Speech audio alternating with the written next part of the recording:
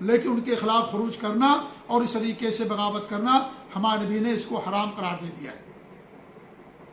اللہ کے رسول کی حدیث ہے تمہارے اوپر یکون علیکم عمرہ، ایسے تمہارے پر عمرہ آئیں گے، تعرفون و تنکرون، جو اچھے اور برے دونوں کام کریں گے، فمن انکر فقط بریا، جس نے انکار کر دیا استطاعت پر وہ بری ہو گیا، ومن کرہ فقط سلم، اور جس نے اس کو دل سے برا جانا وہ محفوظ رہ گیا، ولیکن من رضی و تابع، لیکن جو راضی ہو گیا اور ان کی اتباع کرنے لگا وہ کیا ہے، وہی قابل مواخذہ ہے۔ یعنی جن باتوں میں ان کی بات کتاب و سنت کے خلاف ہے ان کی باتوں کو نہیں مانیں گے، لیکن جو باتیں کتاب و سنت کے موافق ان کی بات مانیں گے لیکن ان کے خلاف خروج نہیں کریں گے۔ قالوا افلا نقاتلہم، لوگوں نے کہا کہ ہم ایسے امیروں سے جنگ کیوں نہ کریں، ان کے خلاف خروج کیوں نہ کریں۔ قال لا ما صلوا، نہیں ہرگز نہیں، جب تک وہ نماز پڑھیں اس وقت تک ان کے خلاف خروج نہ کرنا۔ اور ہمارے نبی نے فرمایا کہ ایسا کفر جس کے بارے میں ایک دم واضح دلیل ہو، جیسے سورج انسان دیکھتا ہے اور اس کے اندر کوئی شک اور شبہ نہ ہو، کفر بواہ ہو، تم دیکھ لو، یہ نہیں کہ سن لو۔ آج بہت سارے لوگ سن کر کے بہت ساری باتیں اڑا دیتے ہیں، سن کر کے، حالانکہ حقیقت میں نہیں ہوتا۔ ہمارے نبی نے فرمایا کہ تم وَلَٰكِنَّ تَرَوْنَ كُفْرًا فِيهِ كُفْرًا بَوَاحًا، جب تم اس کے اندر کفر بواہ دیکھ لو، یعنی خود جا کر کے مشاہدہ کرو، دیکھو کفر کا کام کرتے ہوئے، یہ نہیں کسی نے آ کر کے بیان کر دیا کہ میں نے دیکھا کہ بادشاہ یہ کام کر رہا تھا، نہیں، آپ کو دیکھنا ضروری ہے۔ یہ سننا ہو سکتا ہے وہ نہ سمجھ پایا ہو، آ کر کے وہ غلط بات اس کے اندر ملا دے، اس لیے تم نے اپنی آنکھوں سے جا کر کے خود دیکھا ہو اور دلیل ہو تمہارے پاس، برہان ہو اللہ کی طرف سے، سنی سنائی بات نہ ہو، اور ایسی بات بھی ہو جس کے اندر علماء کے اختلاف ہو، یعنی ایسی بات ایک دم واضح، جیسے سورج واضح رہتا ہے دوپہر کے اندر، ایسے ہی۔ اور پھر یہ نہیں کہ آپ ان کے خلاف خروج کر دیں، خروج کرنا شریعت کے اندر حرام و ناجائز ہے۔ خروج کرنے سے صرف اور صرف خون بہتا ہے، جانیں ضائع جاتی ہیں، عزتیں نیلام ہوتی ہیں، پورا ملک تباہ و برباد ہو جاتا ہے۔ آپ دیکھیں جن جن ملکوں کے اندر لوگوں نے خروج و بغاوت کیا، آج وہ لوگ دعائیں کر رہے ہیں کہ پہلے اچھا تھا، کاش پہلے والا ماحول ہوتا۔ اس لیے خروج کے معنی ہی خروج کے ہوتے ہیں، خروج کے معنی ہی بغاوت کے اور نکل جانے کے، خروج کے اندر کبھی بھی خیر نہیں رہا ہے۔ اس لیے اگر وہ ظلم کرتے ہیں ان کو ظلم کو سہیں اور اللہ تعالیٰ سے دعا کریں ان کی ہدایت کے لیے، رہنمائی کے لیے، اصلاح کے لیے، لیکن ان کے خلاف خروج و بغاوت کرنا یہ شریعت کے اندر کبھی بھی جائز نہیں رہا ہے، اور ہمیشہ خروج سے جو ہے نقصان ہی پہنچا ہے، کبھی بھی خروج سے کوئی فائدہ نہیں ہوا۔ پوری تاریخ آپ دیکھ ڈالیے۔ میں ایک بات کہتا ہوں کہ ہمارے ماں باپ ہیں، ہمارے بھائی بہن ہیں، کیا ہمارے بھائی بہن ماں باپ فرشتہ ہیں؟ ان سے بھی کبھی غلطی ہو جاتی ہے تو کیا ہم ان کے خلاف خروج کرتے ہیں؟ کیا ہم ان کے خلاف بغاوت کرتے ہیں؟ کیا ہم ان کے خلاف جا کر کے روڈ پر بیان کرتے ہیں؟ کیا ان کے خلاف کتابوں کے اندر لکھتے ہیں؟ اپنے باپ کے خلاف، اپنی ماں کے خلاف، اپنے بھائی کے خلاف کتابوں میں لکھتے ہیں، جا کر کے لوگوں کے سامنے بیان کرتے ہیں، روڈوں پر، چوراہوں پر؟ میاں بیوی کے درمیان اختلاف ہو جاتا ہے، کیا اس کو بیان کرتے ہیں؟ ہرگز نہیں۔ تو بادشاہ تو بدرجہ اولا، کیونکہ بادشاہ سے پورے ملک کا امن و امان جڑا ہوا ہے، پورے ملک کی کا امن و امان اور حفاظت جڑی ہوئی ہے۔ اسی لیے سلف کہا کرتے تھے کہ اگر اللہ تعالیٰ میری کون سی دعا قبول کرے گا، اگر معلوم ہو جائے تو ہم یہ دعا کریں گے کہ اللہ رب العالمین میری دعا قبول کر لے بادشاہ کے تعلق سے، کیونکہ بادشاہ جب صحیح راستے پر رہے گا تو پورا ملک صحیح راستے پر رہے گا، اگر بادشاہ خراب ہو جائے گا تو پورا ملک خراب ہو جائے گا۔ اس لیے اپنے سے زیادہ بادشاہ کے لیے دعا کریں اور سنی سنائی باتوں پر دھیان نہ دیں، یہ غیبت اور چغلخوری ہو جاتی ہے۔ غیبت اور چغلخوری کرنا حرام ہے، بادشاہ کی اور درجہ حرام ہے، کیونکہ اس کی خامیوں کو بیان کرنے سے اس کی ہیبت ختم ہو جاتی ہے، اس کا روب و جلال ختم ہو جاتا ہے رعایا کے اوپر سے۔ اس لیے اگر آپ کوئی چیز غلط دیکھتے ہیں، اگر استطاعت ہے تو جا کر کے بادشاہ کے سامنے اس کو بیان کیجیے۔ ہمارے نبی نے کیا فرمایا؟ منکر کے لوٹانے کے 3 درجے ہیں، ایک تو انسان اسے اپنے ہاتھ سے روک دے، یہ بادشاہوں کے لیے، حاکموں کے لیے اور قاضیوں کے لیے ہے، اور دوسری چیز یہ ہے کہ آپ اس کو زبان سے روکیں، یعنی جا کر کے آپ اس کو زبان سے نصیحت کریں کہ تمہارا عمل غلط ہے۔ یہ کہاں کہیں گے؟ جا کر کے بادشاہ کے سامنے کریں گے۔ جیسے ہمارے اندر کوئی خامی ہے، ہمارے اندر کوئی عیب ہے، تو کیا آپ روڈ پر بیان کریں گے؟ آ کر کے میرے سامنے بیان کریں گے کہ آپ کے اندر فلاں خامی ہے تبھی میں اصلاح کروں گا۔ آپ روڈ پر بیان کر رہے ہیں، ہمیں کیا معلوم؟ یہ غیبت بھی ہے، فضیحت بھی ہے جو حرام ہے۔ ایسے ہی بادشاہ کے معاملے میں بھی اس سے زیادہ اس کا حق ہے ہمارے اوپر کہ ہم کسی بادشاہ، مسلم بادشاہ کی برائی کو یا خامی کو لوگوں کے سامنے نہ بیان کریں۔ اگر آپ کے پاس استطاعت ہے آپ بادشاہ کو خط لکھیے، اگر استطاعت ہے وہاں جا کر کے بیان کیجیے۔ جب ہم اپنی برائی لوگوں کے سامنے بیان کرنے کو ناپسند کرتے ہیں تو ملک کا سربراہ ہے، اس کے پاس فوج اور طاقت اور ڈنڈا ہے، اس کا ایک روب اور جلال ہے، اس کا ایک اور مقام ہے اور مرتبہ ہے، اس کی خامیوں کو لوگوں کے سامنے بیان کرنا کیسے جائز ہوگا؟ آج دیکھیں ہمارے معاشرے کے اندر ایسے لوگ ہیں کہ اس طرح کی حرکتیں کرتے ہیں، اس طرح کی حرکتیں کرتے ہیں۔ اور تیسری چیز ہمارے نبی نے کیا فرمایا؟ اگر اس کی بھی طاقت نہیں، دل کے اندر برا جانو، دل میں برا جانیا، یہ ایمان کا آخری درجہ ہے۔ دل میں برا جاننے کا مطلب یہ نہیں کہ دل میں برا جانے اور جا کر کے روڈ پر بیان بھی کریں۔ اگر آپ نے بیان کر دیا تو یہ خوارج کا منہج ہو گیا۔ اللہ کے حضرت عثمان رضی اللہ عنہ کے زمانے میں جو خارجی ہوا کرتے تھے، بیت المال سے اتنا سامان لے کر کے آتے تھے کہ بوجھ برداشت نہیں کر پاتے تھے، لیکن سامان لے کر کے آتے تو کیا راستے میں کہتے تھے؟ اللہم غیر، اللہم غیر، اللہم بدل، اللہ تعالیٰ تو بدل دے اس امیر کو، عثمان کو بدل دے۔ اتنا سب لے کر کے آتے تھے۔ یہ خوارج کی پہچان ہے کہ بادشاہوں کے سامنے ان کی برائی کو جو ہے ان کو نہ بیان بتا کر کے لوگوں کے سامنے بیان کرنا آج ہمارے معاشرے کے اندر بہت پائی جاتی ہے۔ ہمارے دسترخوان پر ہم جہاں اکٹھا ہوتے ہیں دو چار لوگ، مسلم بادشاہوں کے خلاف، خاص طور سے سعودی عرب کے خلاف ہم لوگ برائی بیان کرتے ہیں، یہی کھاتے ہیں، یہی پیتے ہیں، یہی سب کچھ کرتے ہیں، لیکن ان کے خلاف برائیاں بیان کرتے ہیں۔ کتنی افواہیں اڑاتے ہیں ان کے تعلق سے، بادشاہ کے تعلق سے، اور اس طریقے سے اور لوگوں کے تعلق سے، امیروں کے تعلق سے، ولی عہد کے تعلق سے، یہاں کے علماء کے تعلق سے، نہ جانے کیا کیا باتیں بیان کرتے ہیں۔ ابھی آپ نے دیکھا کہ امام سدیس جو خانہ کعبہ کے امام ہیں، انہوں نے تقریر کی تھی ہمارے نبی کا معاملہ کیا تھا یہودیوں کے سامنے، اور اس طریقے سے جو چینلز ہیں یہودیوں کے، اور اس طریقے جو یہودیوں کے ایجنٹ ہیں رافضہ اور خوارج کے، اور جو غیر مسلم ہیں، انہوں نے افواہ اڑا دی۔ کیا لکھ دیا کہ اب سعودی عرب نے اسرائیل سے دوستی قائم کر لی، نعوذ باللہ من ذالک۔ حالانکہ ان لوگوں نے پہلے دوستی قائم کر لیا، ایران نے، ترکیہ نے، اور اس طریقے سے اور ملکوں نے، سب سے پہلے ان کے سفارت خانے کھل گئے، سب سے پہلے تجارتیں ہو رہی ہیں، لاکھوں لاکھوں ڈالر کی تجارتیں لوگ کر رہے ہیں، لیکن ان کے خلاف کوئی نہیں لکھتا ہے، کوئی نہیں بولتا ہے۔ سعودی عرب کو بیان دینا پڑا کہ ہمارا نہ کبھی اسے تعلق تھا نہ رہے گا، ہماری جو شرط ہے جب تک اس شرط کے مطابق نہیں کریں گے ہمارا تعلق ان سے نہیں ہوگا۔ لیکن پھر بھی کتنی لیدے ہوئی سوشل میڈیا پر، اخباروں کے اندر سعودی عرب کے خلاف کتنا کچھ آئے گا۔ ایک چھوٹی سی مثال بیان کروں، ملک سلمان حفظہ اللہ خادم الحرمین شریفین، اللہ تعالیٰ اس مملکت کو قیامت کی آخری صبح تک باقی رکھے۔ آپ دعا کریں اس مملکت کے لیے۔ الحمدللہ آپ دیکھیں امن و امان، حرمین شریفین، توحید اور سنت، اسلام، اور پوری آپ دیکھ جائیے امن و امان، اور کہیں بھی آپ کو کوئی عرس، کوئی مزار، کوئی قبر پرستی، کوئی چیز آپ کو نظر نہیں آئے گی۔ الحمدللہ یہی چیز ان کو نہیں اچھی لگتی۔ پوری دنیا میں جہاں بھی توحید و سنت کا غلغلہ سن رہے ہیں، اللہ کے بعد مملکت سعودی عرب کا ہاتھ ہے، آپ جان لیجئے۔ لاکھوں دعات و مبلغین انہوں نے پوری دنیا کے اندر بھیج رکھے ہیں۔ آپ ہی سعودی عرب کے اندر دعویٰ سینٹر کا قیام آپ ان کے ذریعے سے دیکھیے کس قدر آپ کو توحید و سنت کی آواز مل رہی ہے۔ الحمدللہ آپ ان کے لیے دعائیں کیجیے میرے بھائیوں، ان کے لیے دعائیں کیجیے۔ ملک سلمان نے اعلان کیا کہ جو بھی سعودی عرب کی سرزمین پر رہتا ہے، چاہے سعودی و غیر سعودی، سب کو فری میں ویکسین دیا جائے گا، فری میں ٹیکہ دیا جائے گا کووڈ-19 کا۔ ہمارے ملک کے اخباروں نے کیا لکھا؟ 70% دیا جائے گا، نعوذ باللہ۔ اچھی خبر رہتی ہے، تھوڑا بیان کرتے ہیں، اور اگر کوئی ایسی بات ہو جو ان کے موافق ہے، مرچ مسالہ لگا کر کے خوب زیادہ بیان کر دیتے ہیں۔ ایک ہاتھ کی ککڑی ہوتی ہے اور 9 ہاتھ اس کے اندر بیج لوگ ڈال دیتے ہیں، لیکن جب اچھی خبر ہوتی ہے سعودی عرب کی تو اس کو گول کر جاتے ہیں، اور اگر مجبور ہو جاتے ہیں بیان کرنے پر اس میں بھی قطر بیعت کر دیتے ہیں، اس کے اندر بھی کمی کر دیتے ہیں۔ یہ دغلی پالیسی، یہ میڈیا، یہ روافظ کا، یہودیوں کا، ان لوگوں کا میڈیا ہے، آپ اس کے اوپر کیوں بھروسہ کرتے ہیں؟ تو میرے بھائیوں، مملکت سعودی عرب ہے، اس کی بنیاد توحید سنت پر ہے، اس کی بنیاد توحید سنت پر ہے۔ جو ان کے مخالفین تھے پہلے بھی ختم ہو گئے، لیکن یہ حکومت دنیا کے اندر سب سے زیادہ اگر کوئی پرانی حکومت ہے مملکت سعودی عرب ہے۔ 160 سال کا عرصہ ان پر گزر چکا ہے، اور قیامت تک انشاءاللہ یہ باقی رہیں گے، قیامت تک باقی رہیں گے۔